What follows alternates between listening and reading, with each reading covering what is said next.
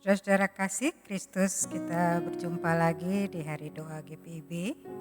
Kita bersyukur karena saat ini kita masih boleh mendengar firman Tuhan dan merenungkannya seperti yang telah saudara-saudara persiapkan dari Injil Lukas pasal 9 ayat 22 sampai 27. Berkaitan dengan kehidupan kita saat ini, sebenarnya beberapa waktu yang lalu saudara-saudara sekalian, gereja-gereja sedang bersiap-siap menyambut Paskah. Panitia telah menyiapkan anggaran acara dan berbagai prosesi di Pekan Suci. Banyak orang di negeri kita ini juga telah menyiapkan diri memasuki bulan puasa dan lebaran dengan berbagai rencana. Mudik, pulang kampung. Sebagian orang yang lain mempersiapkan waktu untuk berlibur mengingat kalender di tahun Masehi menyiapkan banyak hari libur untuk traveling ataupun melakukan aktivitas-aktivitas yang lain. Siapa yang berpikir dan tahu bahwa semua di atas bisa ambiar, buyar seketika. Bahkan kebiasaan-kebiasaan tradisi dalam kehidupan sosial pun berubah 360 derajat. Kesibukan bekerja sekarang kini dialihkan di rumah atau work from home. Aktivitas belajar dilakukan di rumah secara online.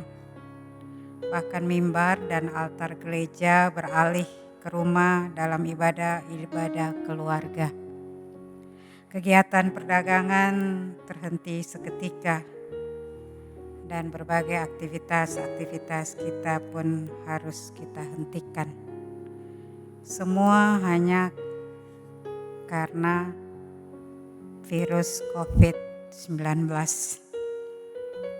yang menulari ratusan ribu manusia di muka bumi ini, mendatangkan kematian begitu banyak orang, mendatangkan duka, tangis, kepedihan, bahkan mendatangkan ketakutan, kecemasan yang amat sangat. Epidemik virus COVID ini mengguncang semua sendi-sendi kehidupan manusia, juga kehidupan dunia. Dan penderitaan manusia sedang memuncak saat ini. Manusia tersentak, tidak siap, dan sebagian lagi merasa hancur, putus asa, terpuruk, lalu hanya tunduk dan diam. Sebagian lagi merasa Allah tidak adil. Di mana Allah? Mengapa membiarkan penderitaan ini terus berlangsung? Disinilah kita merenungkan firman Tuhan secara lebih mendalam. Teks ini akan menolong kita menghadapi dan menyikapi situasi-situasi yang sulit di Pekan Suci ini menjelang Paskah Tuhan. Sesungguhnya di dalam teks ini Yesus mencoba menjelaskan kepada para pengikut-pengikutnya, bahkan sahabat-sahabat terdekat yaitu para murid tentang jalan salib untuk menuntaskan misi yang diberi Bapanya dengan rela dijalani, yaitu untuk dunia dan manusia yang telah dikuasai oleh kuasa dosa. Tetapi sahabat-sahabatnya, para murid, pengikut-pengikutnya tampak tidak mengerti. Karena salib adalah gambaran tentang sosok Mesias dan kerajaan baru. Bukanlah demikian. Salib bagi mereka adalah sesuatu yang buruk. Oleh sebab itu Yesus ingin memberitahukan kepada mereka apa artinya menjadi pengikut-pengikutnya.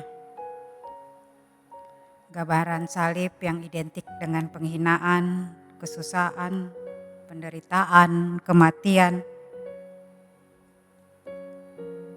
Tetapi salib itulah yang harus dijalani Yesus guna menggenapi rencana Allah.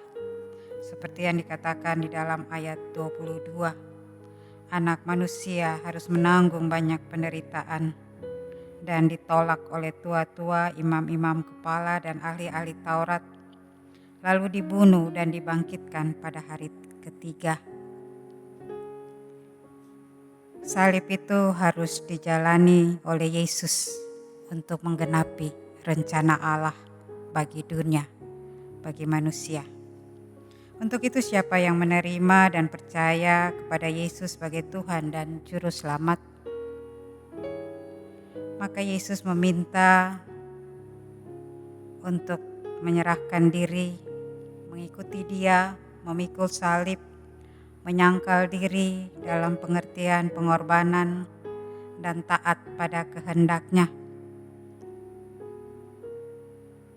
Itu yang dikatakannya di dalam ayatnya yang ke-23, katanya kepada mereka semua, setiap orang yang mau mengikut aku, ia harus menyangkal dirinya, memikul salibnya setiap hari dan mengikut aku.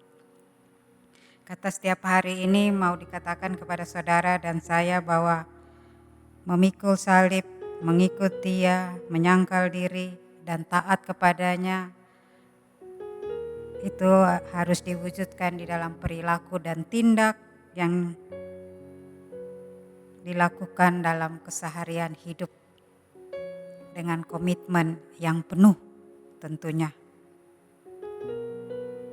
Di sana berarti ada kehidupan dari seseorang yang mengikut Tuhan, yang siap berkorban dan menderita bagi orang lain. Siap untuk mematikan ego pribadi yang hanya berorientasi pada diri sendiri. Tentunya hal ini amat dibutuhkan di saat-saat seperti ini. Karena di dalam salib Yesus juga ada kemenangan, ada kasih, ada kebangkitan, dan ada hidup. Kita pun harus mewujudkan amanat Tuhan ini di tengah-tengah penderitaan, di dalam tanda kutip, penderitaan yang dialami oleh semua orang. Lalu bagaimana caranya?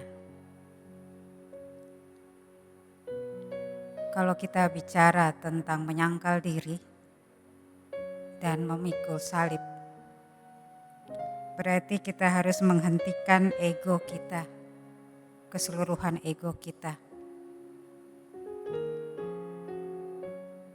Menghentikan ego itu contohnya ya jangan memborong sembako, menumpuk hanya untuk diri sendiri dan kepentingan kita sendiri. Mematikan ego berarti menahan diri untuk sementara tidak berkumpul dan berrelasi dengan kumpulan sosial kita yang biasanya kita jumpa tiap saat.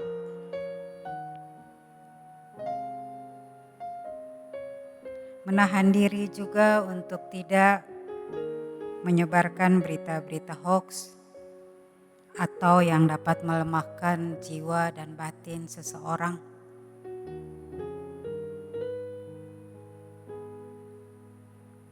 Menahan diri juga untuk tidak membuat orang lain terluka dengan kata-kata atau perilaku kita yang tidak menghargai apa yang sudah dibuat oleh pemerintah dan bangsa kita. Selanjutnya kita harus menahan diri dengan rendah hati, menanti dengan sabar, dengan tenang, dengan ketabahan, setiap perubahan arah dengan keyakinan bahwa Allah dalam Kristus Yesus memiliki rencana yang lebih besar dan rumit dari yang kita perkirakan.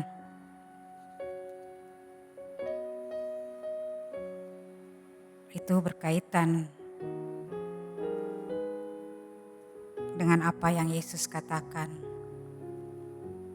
Menyangkal diri, memikul salib. Salib identik juga dengan pengorbanan.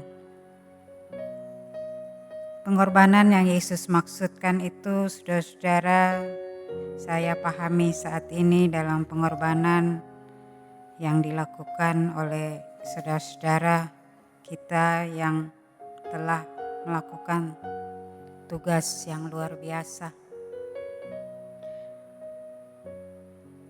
yaitu para tenaga kesehatan, para sukarelawan yang menjadi garda terdepan untuk memerangi pandemi COVID-19 ini. Mereka berkorban terpisah dari keluarga. Mereka berkorban karena dihindari orang, takut tertular. Bahkan mereka ada yang gugur, kehilangan nyawa karena misi yang harus mereka lakukan. Mereka harus bekerja dengan komitmen yang tinggi di tengah-tengah kekurangan perangkat medis dan kesehatan. Sungguh satu pengorbanan yang luar biasa. Kini Tuhan mengundang kita untuk siap berkorban.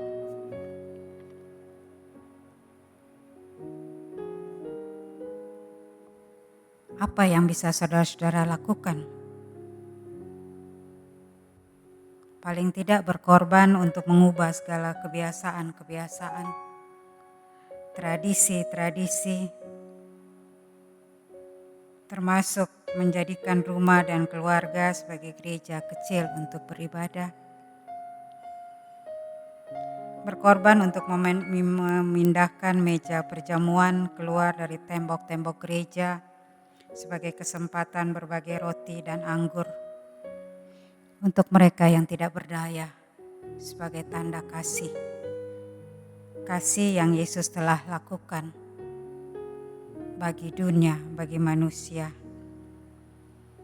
Berkorban untuk menunjang pemerintah bangsa dan negara dengan segala daya dan upaya yang ada, yang saat ini bekerja keras untuk menghentikan pandemi COVID-19 dan tentunya berbagai krisis sebagai dampak dari pandemik ini. Tidak selalu mudah. Terlihat tuntutan Yesus amat berat. Karena di sana ada konsekuensi dari pilihan untuk memilih via dolorosa. Tetapi berkat abadi sebagai janji masa depan telah Tuhan nyatakan di ayat yang ke-27 bahwa itu akan menjadi milik mereka yang mau menyangkal diri, yang rela berkorban dalam ketaatan padanya. Saudara-saudaraku, di hari doa GPIB dan memasuki rangkaian hari suci menjelang Paskah Tuhan, kiranya kita dapat menjalani hidup seperti yang Tuhan Yesus kehendaki dalam keseharian kita. Siap menjalani jalan salib sampai akhir hidup kita dengan ketekunan berdoa, dengan mengandalkan kekuatan dari Tuhan, dengan hikmat, dengan kuasa yang Tuhan anugerahkan. Ada kata-kata indah yang seringkali banyak orang ucapkan, yang mungkin saudara dan saya bisa pakai untuk menjadi motivasi dalam hidup kita. Trust God to help you do your best and trust Him to do the rest. Amin. Mari saudara-saudara, kita masuk di dalam doa.